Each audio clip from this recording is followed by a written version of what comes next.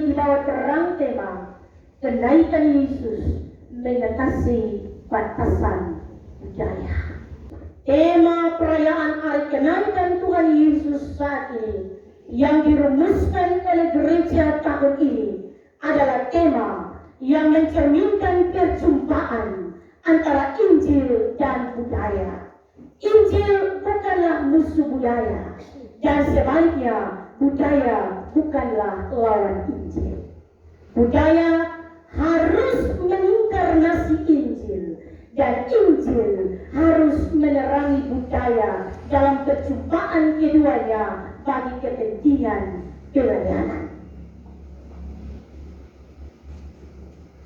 Untuk perenungan hari ini, dari bacaan firman Tuhan, saya mencoba menekankan ada 3 bagian penting dari cerita firman Tuhan hari ini. Bahwa yang pertama, Bapak, Injil Yesus Kristus bersifat universal. Injil Yesus Kristus itu menjangkau semua orang, bahkan segala makhluk. Apa buktinya, Bapak? Hari ini di tempat ini kita adalah Kristusnya. Ribuan tahun lalu di tempat yang sangat jauh dari kita, Yesus bersama murid-muridnya yang terbatas jumlahnya. Kepada mereka Yesus memberi perintah untuk memberitakan Injil. Kabar baik, berita gembira ini menerobos segala sekat dan batasan, melintasi banyak bahasa, latar belakang budaya, dan seterusnya. Termasuk menemui juga berbagai tantangan dan halangan. Ibarat sebuah cahaya kecil, Mama, tanpa padam, terus menyinari lorong-lorong gelap, menjangkau dan menerangi dunia ini. Injil yang adalah kabar baik itu. Dunia harus mengenal Kristus itu.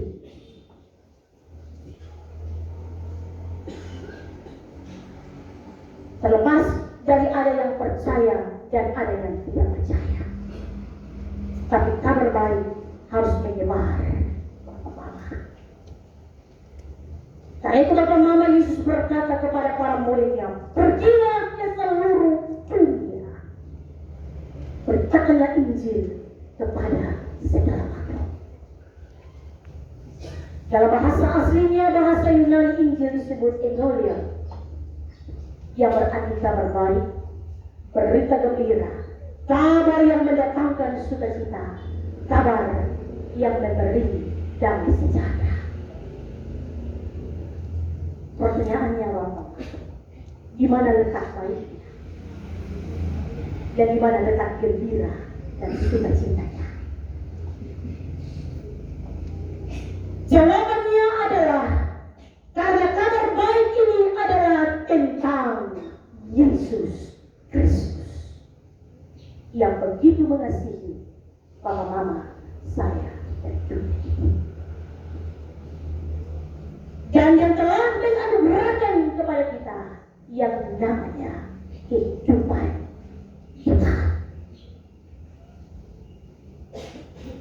Dan istimewanya itu adalah kabar atau berita gembira tentang Yesus Kristus itu diberitakan kepada segala makhluk yang ada dalam dunia.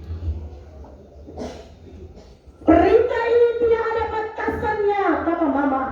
Tidak hanya untuk orang-orang tertentu, tidak hanya untuk suku-suku tertentu, tidak hanya untuk bangsa-bangsa tertentu saja, tapi untuk seluruh dunia dan segala makhluk yang ada di dalamnya.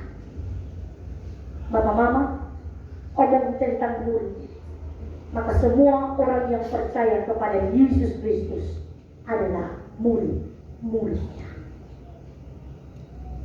Tanggung jawab pemberitaan Injil hari ini, Bapak Mama, bukan hanya terletak pada segelintir orang saja yang namanya pendeta, penatua, diaken, pengajar saja, pengurus-pengurus yang lain. Sebaliknya, ini adalah tanggung jawab semua orang percaya.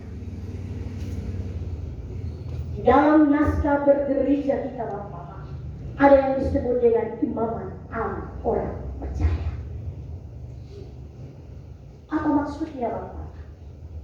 Maksudnya adalah tanggung jawab pelayanan ini ada pada diri kita semua. Memang ada yang secara khusus memberi diri dalam gereja untuk melayani sebagai pendeta, penatua, tiang, dan pengajar dan lain-lain. Namun bukan berarti hanya itu saja yang kuasai pelayanan. Sebaliknya kita semua harus tetap aktif dan bersaksi tentang Yesus Kristus dimanapun kita berada. Amin. Injil Yesus Kristus ini bukan hanya disebarkan juga lewat kata-kata Bapak-Bapak, tapi juga harus melalui tindakan nyata kita. Bukan hanya khotbah verbal Bapak-Bapak, tapi juga harus khotbah yang hidup dalam perbuatan Bapak-Bapak dan saya tiap hari. Nah itu Bapak-Bapak, hal penting lain dalam bagian ini juga berbicara tentang beritakan Injil bagi segala makhluk. Apa artinya? Kebaikan yang kita lakukan atas nama Tuhan hendaknya dirasakan juga oleh segenap ciptaan Tuhan lainnya. Berbuat baik bukan hanya bagi sesama manusia Bapak-Bapak, tapi berbuat baik juga terhadap ciptaan lain dan semesta ini. Tidak mengotori alam, air, lingkungan, dan seterusnya. Itu tanda memberitakan Injil pada segala makhluk. Dalam konteks budaya Bapak, sebelum peristiwa kenaikan ke surga Bapak, Yesus hidup dan dibesarkan dalam lingkungan budaya yang terbatas, yaitu budaya Yahudi. Makan, minum, dan cara berbusana Yesus semuanya dalam budaya orang-orang Yahudi. Dan juga bahasa yang dipakai itu adalah bahasa Aram, yang merupakan bahasa sehari-hari di daerah Palestina. Yesus hanya terikat dengan budaya Yahudi Bapak sebelum kenaikan. Tapi setelah kenaikan ke surga, budaya Yahudi tidak lagi menjadi satu-satunya budaya yang dianut, tapi Yesus memperluas jangkauan budaya dengan menyediakan dan memberikan semua kebutuhan manusia sesuai budaya masing-masing daerah yang telah dijangkau oleh berita Injil keselamatan. Yesus tidak lagi hidup, atau Yesus tidak lagi hanya hidup dengan satu budaya Bapak-Bapak, tapi semua budaya dijadikannya sebagai alat dalam menyebarluaskan Injil kerajaan Allah. Misalnya Bapak-Bapak, kemarin ya kan kita ada dalam etnis Kamola, dalam PA bersama di Hong Kong Bapak-Bapak, oleh salah satu teman dalam PA bersama dia katakan begini, bahwa orang Kamola itu memahami Yesus sebagai matu peta. Saya simak baik-baik. Yesus yang adalah matu peta dianggap sebagai sulung kehidupan. Bagi yang percaya kepadanya akan memperoleh hidup yang kekal.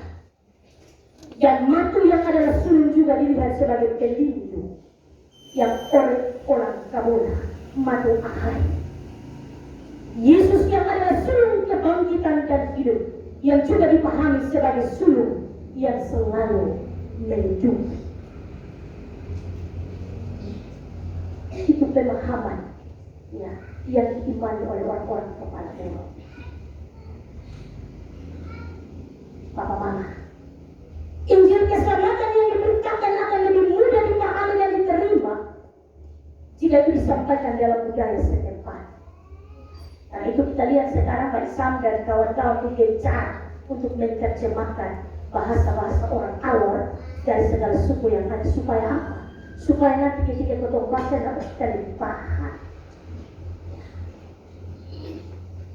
Dan masih banyak lagi budaya yang bisa menjadi media untuk memberitakan Injil Tuhan. Yang penting Bapak, kemampuan kita untuk memastikan budaya tetap ada di bawah terang Injil. Supaya apa? Supaya tidak ada kehendak Tuhan yang terabaikan.